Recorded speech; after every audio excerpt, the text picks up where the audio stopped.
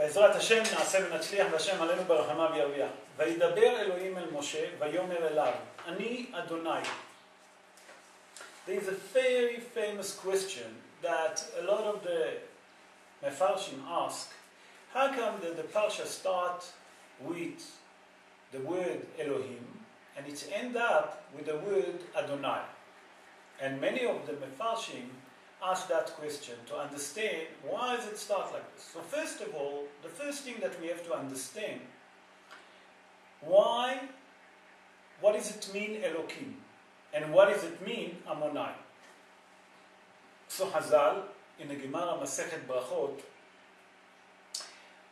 Daf Samech Amud Bet, that means page 60, folio 2, there Hazal explained that wherever the word Elohim mentioned, referring to the character trait of HaKadosh Baruch Hu as judgment. And wherever it's mentioned Amonai, Yudke Vavke, referring to the character trait of mercy. That means that HaKadosh Baruch Hu have two different characters that he treats human beings. One of them is mercy and compassion, and one of them is Midat Adin, that call judgment. Rashi HaKadosh say, you know why does it start like this? He reads, Vayeira Elohim el Moshe, because HaKadosh Baruch Hu spoke very strongly, very harshly to Moshe Rabbi. And then HaKadosh Baruch Hu moved to the character trait of mercy and compassion. We have to understand why. Many of the Mefarshim that ask that question explain. And they say that Moshe Rabbeinu in a previous Parsha come and complain to HaKadosh Baruch Hu that since he sent them to Pharaoh to release the Jewish people from slavery, the condition of the Jewish people actually got worse. And Pharaoh decided now that he's not going to give them any more straw, that they're now obligated to go and find straw and to cut it, and with that they're going to build. So, say Moshe Rabbeinu complained to HaKadosh Baruch Hu that since he gone to Pharaoh, the condition got worse. But wait a minute, there is a question that's been asked. HaKadosh Baruch Hu told them very clearly that Pharaoh not going to listen to him. So why did Moshe Rabbeinu was complaining? So Rashi HaKadosh and many of the other commentaries say that number one, from here you learn that because Moshe Rabbeinu spoke to HaKadosh Baruch Hu with a complaint, HaKadosh Baruch Hu spoke to him with Midat Adin. Midat Adin is the character trait of judgment. And Rabbi Chaim de la Rosa, that born in Jerusalem 272 years ago, plus minus, he wrote the book Torat Hacham. And in his book Torat Hacham, he explained something extraordinary. And he said like this, he said that we have to understand, it's true that the slavery got worse, but that it got worse, that was, in a matter of fact, the character trait of compassion and mercy on Am Yisrael. And what is it? Because by that the slavery got worse, that what brought the redemption closer. I see other explanation that Chazal bring, and they say like this: by that Pharaoh hardened his heart and make the slavery even worse, okay?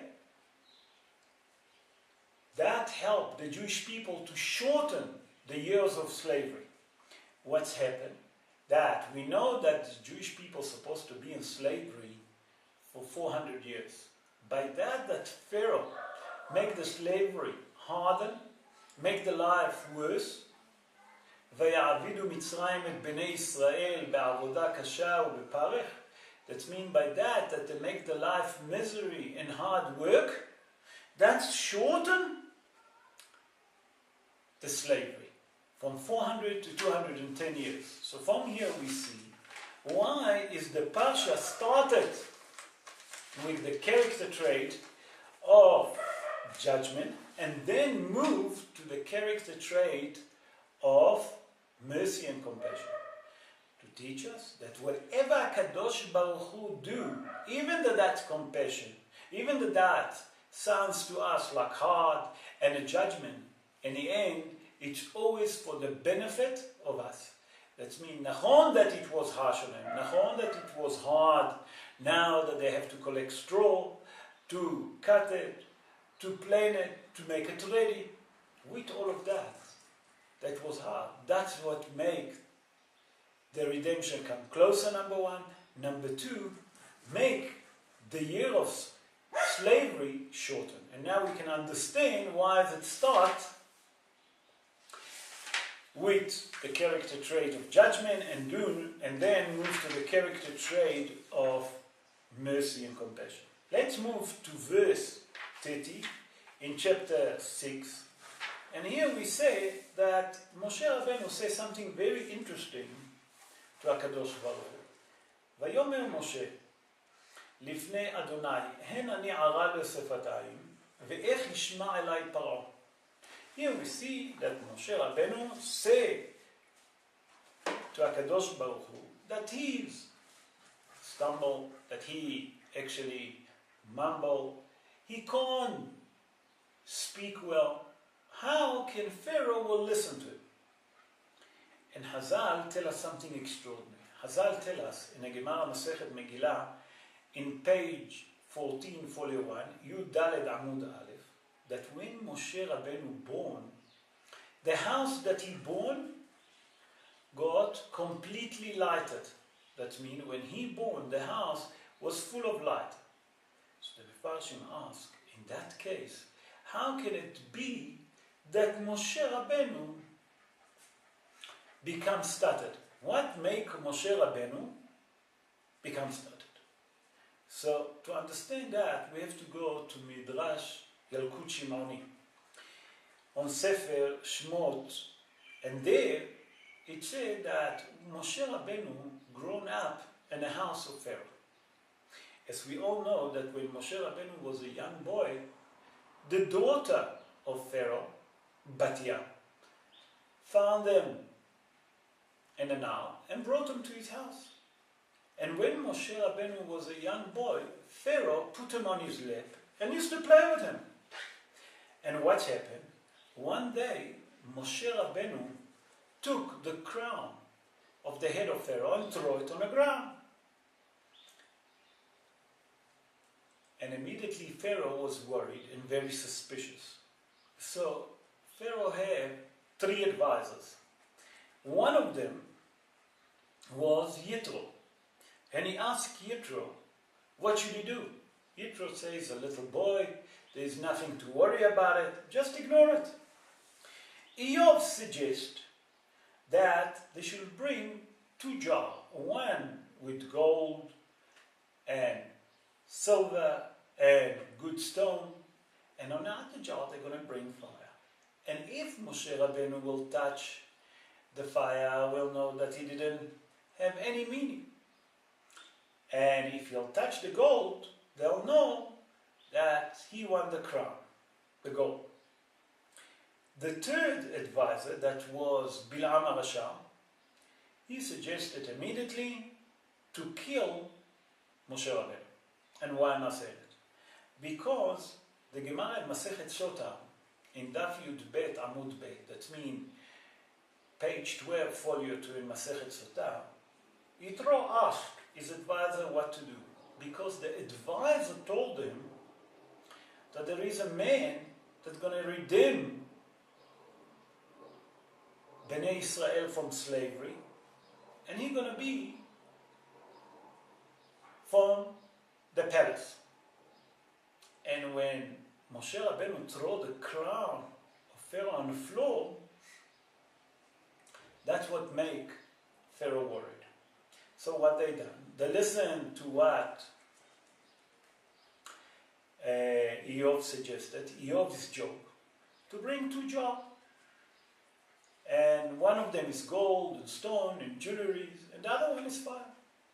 And Moshe Rabbeinu, Hazal said there in a midrash, that actually he put his hand towards the gold and the jar and the good stone. But the angel Gabriel came and moved his hand from the gold, the plate of gold, to the plate of fire. And Moshe Rabbeinu actually burned his hand. And to cool down his finger, he put it on his mouth. And that's what caused Moshe Rabbeinu to become stuttered. Now we understand why. But the Mefarshim continue and ask a very valid question. The Mefarshim ask, how come that a man like Moshe Rabbeinu, that was the perfect man on earth, have to become a stuttered person?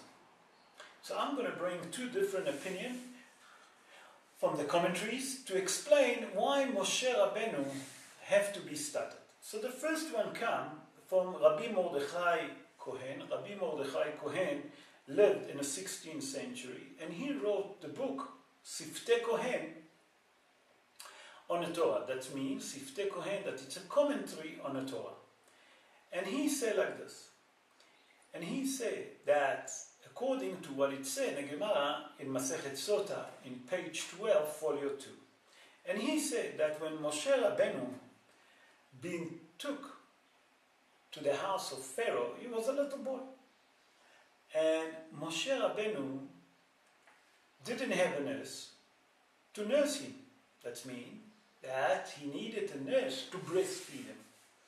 And what they done, they brought a Gentile woman to breastfeed Moshe. And Moshe Rabbeinu refused to be breastfed from those Gentile women. But unfortunately, few drops of non-Halav Israel, that means a Gentile woman milk, drop in his mouth. And because Moshe Rabbeinu was going to speak to HaKadosh Baruch Hu, as we saw in the burning bush, we saw later on in Ma'amad Har Sinai, when we received the Torah, say HaKadosh Baruch Hu that he have to purify that mouth. So what is he done? They done what we call it a ga'ala. Say Rabbi Mordechai Kohen. By that he put his finger in his mouth, he burned all of those unkosher milk. Other opinion of the Ran is Rabbeinu Nissim, Ben Reuven Girondi. He born 703 years ago. He born in the city of Barcelona in Spain. And he said, you know why Moshe Rabbeinu have to be a person that started heavy talking? And he explained like this, that because, so those that don't believe, those people, they are non-believers, cannot say, you know why did Pharaoh release the Jewish people from slavery? Because he was a smooth talker, a nice and sweet talker, that he managed to convince Pharaoh and his advisor to release them from Egypt. So that come to contradict that those non-believers are going to say it. Because all of the idea of the exodus of Mitzrayim was to show the glory of HaKadosh Baruch Hu and his control and everything on earth. So by that Moshe was stuttered, they cannot say that Pharaoh and his advisor released Bnei Israel from slavery because he managed to convince them. So from here we see why did Moshe Rabbeinu also have to be stuttered. Let's move on to verse 7. In chapter 7, verse 11. There the Torah tells us something very interesting. There the Torah tells us like this. ויקרא גם פרעה לחכמים ולמחשבים ויעשו גם הם חרטומי מצרים בלעתיהם כן. Here the Torah tells us that the wizard, the witchcrafters, the advisors of Pharaoh, also done with the magic what Moshe and Aaron managed to do. So the question that the Gaon Hida is Rabbi Haim Yosef David Azulai. He born in Jerusalem 294 years ago. And he said like this, from this verse you see something very interesting. You see that the witchcrafters and the wizard only can add harm and pain and sorrow to the world. Moshe Rabbeinu and Aaron, when they gone to Pharaoh to show the incredible sign, what did Paro say? Paro said, no, I can do the same. You made blood, I will add the blood to the world. So the Mefarshim asked, where is the blood come from? So the Mefarshim explained that the Egyptian bought a glass of water for Moshe Rabbeinu, and that glass turned to water, and now they can do the same kind of tricks. The only difference is that they add up more sorrow and more harm to the world. And the same was with the frog. Moshe Rabbeinu created frogs, they brought more frogs. The only difference is that Moshe Rabbeinu and Aaron, when they created the crocodiles, as you see, what's happened in the end? HaKadosh Baruch Hu showed the world that the tzaddikim actually bringing goodness to the world. And what was it? By that the alligator of Pharaoh, that the witchcrafting created, when when Aaron put his stick and he eaten all of those sticks, that's me, he eaten all of those crocodiles, to tell you that the chokhmah is to bring peace. Not only to bring peace, to create harmony in the world. Instead, those wizards, those witchcrafters, those sorcerers, what did they brought? More pain and agony. They couldn't take it. But the stick of Aaron, when he swallowed all the other sticks, that means get rid of all the crocodile. And that's what the Torah come to teach us. The Torah come to teach us something very important. That the tzaddikim bringing peace to the world.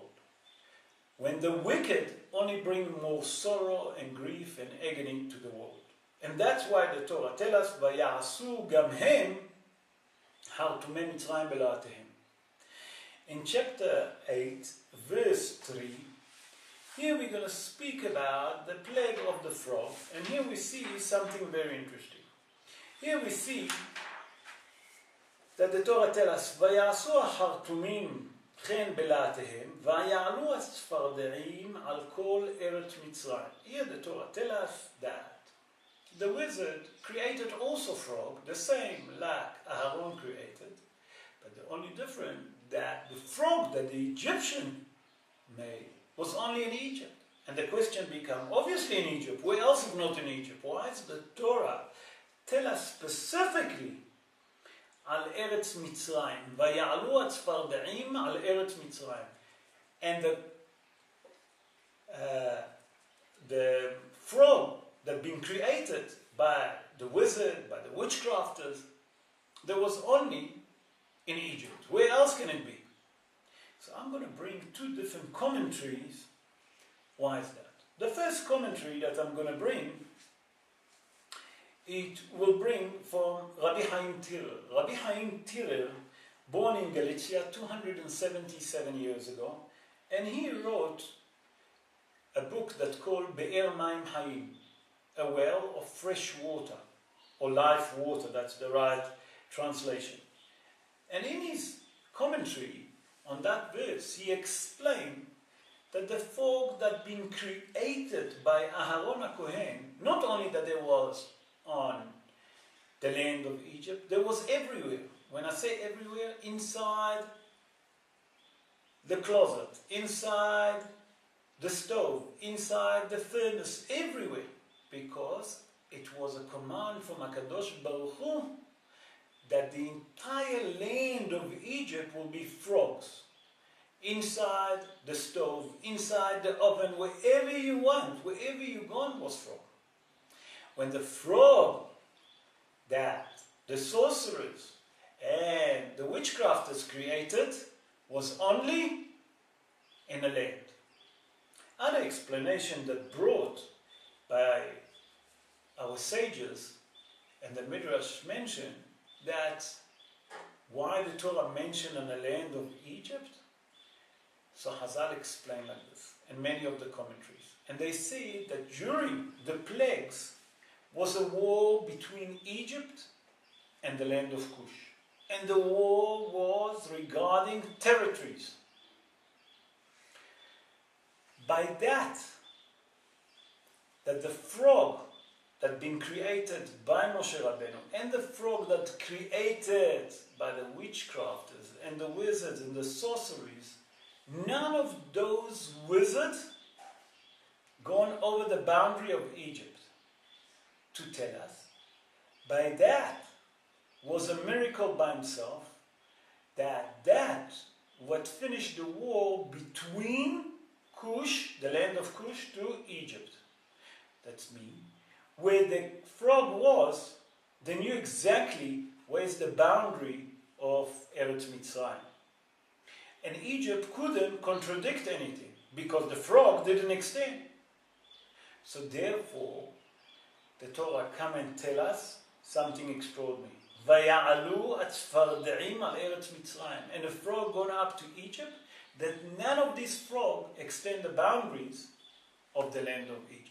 Now we can understand why the Torah tell us specifically and put an emphasis, why is it mentioned that the frog gone up on the land of Egypt. In chapter 9, verse 7, it says something very interesting. And it says that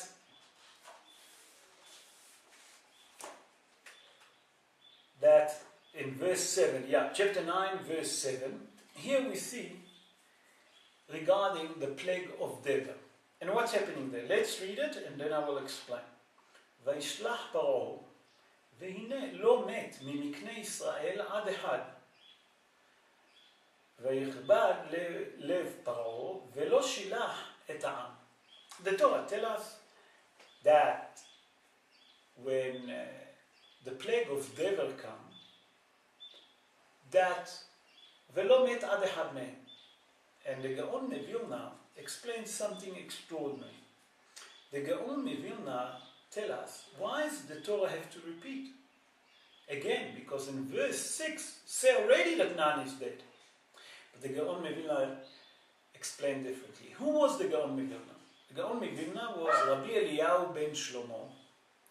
He born 301 years ago. Although there is different opinion if he born in Vilna or he born in Galicia. These two different opinions. Some of the opinions say that the Gaon born in Vilna. Some of the other opinions say no, he born in Galicia. Whatever it may be, we still have the Gaon Vilna that wrote commentary on the verse. And today, Be'ezrat Hashem, I'm going to try to explain what he said. And he said like that. By that the Torah come and tell us, לא מת ממקנה ישראל עד אחד, that only one person he's heard die on the plague of Dever. What does it mean? To teach us that was one man that his sheep is heard being suffered in kill. And he said, who that man was, that was the son of the Israelite woman that she'd been raped by the Egyptian. And the Ramban, the Nachmanite, Rabbi Moshe ben Nachman, born 823 years ago in a city of Catalonia in Spain, where there is now the referendum, the problem with the referendum. And he said that he heard from the scholar person of France, that's mean the wisdom sages of France, that they say that before Bnei Israel received the Torah, a child that born to a Jewish mother from a Gentile considered as a Gentile and not considered as an Israelite. So, explain the Gaon Milvina. From here we see that that person that is heard die wasn't Israelite, wasn't from Bnei Israel. And because he wasn't from Bnei Israel, and his father was an Egyptian, and he considered non-Jews, therefore, in Makat Dever, from his herd, died. Some of his cattle, or many of his cattle, died in Makat Dever. And Hazal continues and says, so if you look at the Pasuk, and then what it says, ויכבד לב פרעה ולא שילח את העם. That's what make Pharaoh's heart even harder. Because he said, you see, it's not just from the Egyptian animal that died, also one Israelite, his animal died. But he didn't understand that that man that his herd died considered as a Gentile and not an Israelite. So now we can understand the verse when it says, והנה לא מת. Okay? ממקנה ישראל עד אחד. That not from the herd of Bnei Israel, only one person had his herd that died. Let's continue to verse 30, and with that we're going to conclude. And here we see something very interesting that Moshe Rabbeinu said to Pharaoh. And look what Moshe Rabbeinu said. ואתה ועבדיך ידעתי כי טרם תראון מפני אדוני אלוהים. Here we see that Moshe Rabbeinu said to Pharaoh that him and his advisor actually have no respect and not afraid from HaKadosh Baruch Hu. And we have to understand why did Moshe Rabbeinu say that to Pharaoh. What is it, something new? So the question is that we have to understand why did Moshe Rabbeinu say that. And the Mefarshim explain that when HaKadosh Baruch Hu punished the wicked people, we have to understand why. Because after all, he sent them to be strong on Bnei Israel. He make everything work. He's the God that's in charge. So how can it be that if HaKadosh Baruch Hu sent the Egyptian to harm the Jewish people, to put them through slavery, he punished them?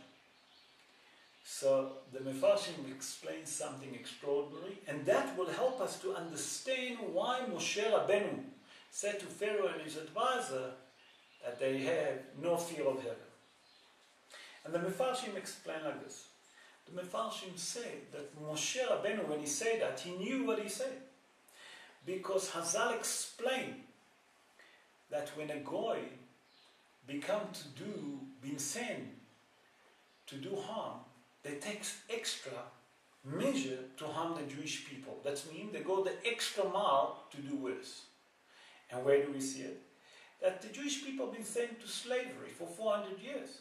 But it doesn't mean that the Egyptians have to put us through hard work. Not only through hard work, to make our life misery, to kill the firstborn of every Jew.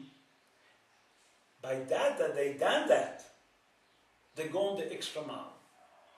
And every person, every generation, every leader that was, and in the end they disappear. Because why? Because they enjoying to make the life of a Jewish people suffer more.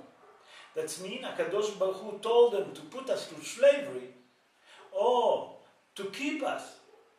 But doesn't mean that we have to take the extra measure, to go the extra mile and to make our life misery. So come Moshe Rabbeinu and said to Paro, you see, נכון that you've been saying by HaKadosh Baruch Hu, but it doesn't mean that you and your nation should be so harsh on Bnei Israel, to take the extra measure and to be so cruel and so hard and to harm the Jewish people. You should put us in slavery, but not to harm us and to kill us. That's what it means. Now we can understand what Moshe Rabbeinu, when he said to Pharaoh and his advisor that they don't have the fear from HaKadosh Baruch Hu. They don't have the fear of heaven on them, and they go the extra mile to hit us.